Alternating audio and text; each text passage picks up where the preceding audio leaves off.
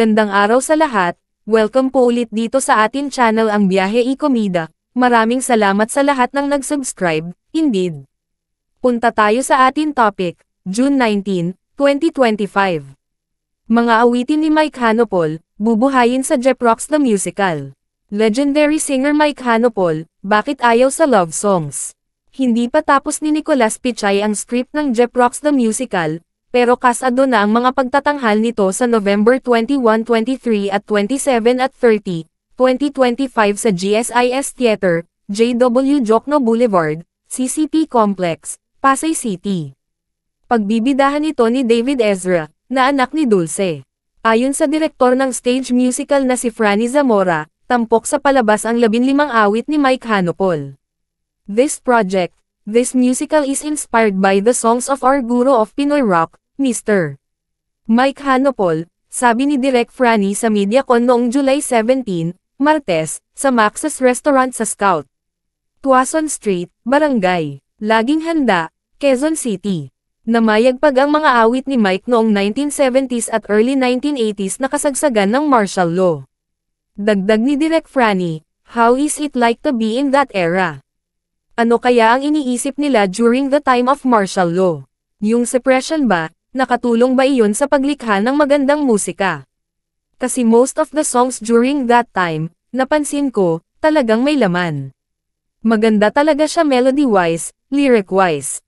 Maganda. So, parang gusto naming, yung atmosphere ba, yung kapaligiran mo, nakakatulong ba iyon sa paglikha ng isang artist? And then, gusto namin siyang i-adapt sa makabagong panahon para nga sa ating Gen Z at millennial audience. Kasi aminin natin, yung mga panahon na sikat yung mga kanta ni Sir Mike, medyo hindi na active yung mga taong iyon. So kailangan, magkaroon tayo ng appeal. Kaya si David ang kinuha ko, kasi kuha niya ang millennial at ang Gen Z audience. Pwedeng maka-identify yung mga manunood sa kanya. Of course, popular pa rin yung mga kanta ni Sir Mike. Dadaanan namin yung dinaan ng mga kakontemporary ni Sir Mike. Yung Hagibis, ginawan niya ng mga kanta. Si Madam Sampaguita, syempre yung Bud of Forever, di ba? Panahon nila yon. Nagkasunod-sunod iyon because of Hagibis, nagawa rin ni Sir Mike. Sambit ni Mike, ito na po ang pagkakataon na may hayag, maipaliwanag, maunawaan ng karamihang Pilipino kung ano talaga ang ibig sabihin ng mga kanta ko. Kasi, tulad ng isang kanta ko na upos na lang, merong sinasabi doon na, may ibig sabihin ang bawat salita, may ibig sabihin ang bawat aklat, marami kang makikita. Ano ang ibig sabihin ng marami kang makikita? Marami kang interpretation, okay. Perception, okay. Yung mga kanta ko na iyan, high level iyan ang tawag. High level. Kaya yung mga medyo nasa mid o low level, medyo hindi nakukuha. Noong ginagawa ko itong mga kanta na ito, ang nasa isip ko, imposible na itong marinig ng lahat. Imposible. Ngayon, hindi na imposible dahil sa inyo. Maraming salamat sa inyo sa pagtaguyod nitong mga awitin ko. Itong pagkakataon na ito, maraming ibig sabihin ang ibig sabihin. Dahil ang ibig sabihin na merong sasabihin, iyong sasabihin, merong ibig sabihin. So lahat ng ibig sabihin, merong ibig sabihin, okay. Humingi ng paumanhin ang 79 anyos na Filipino rock singer sa MediaCon ng Jeff Rocks the Musical. Pahayag ni Mike Hanopol, gusto kong humingi ng sorry sa inyo. Kasi kayo, nire-represent nyo ang sambayanan, okay. So I understand what I did. Pero hindi ko sinasadya iyon, na ang mga kanta ko, mahirap intindihin. Mahirap intindihin, unawain ang mga ibig sabihin. Kagaya ng balong malalim. Akala ng mga tao, alam nila ang ibig sabihin.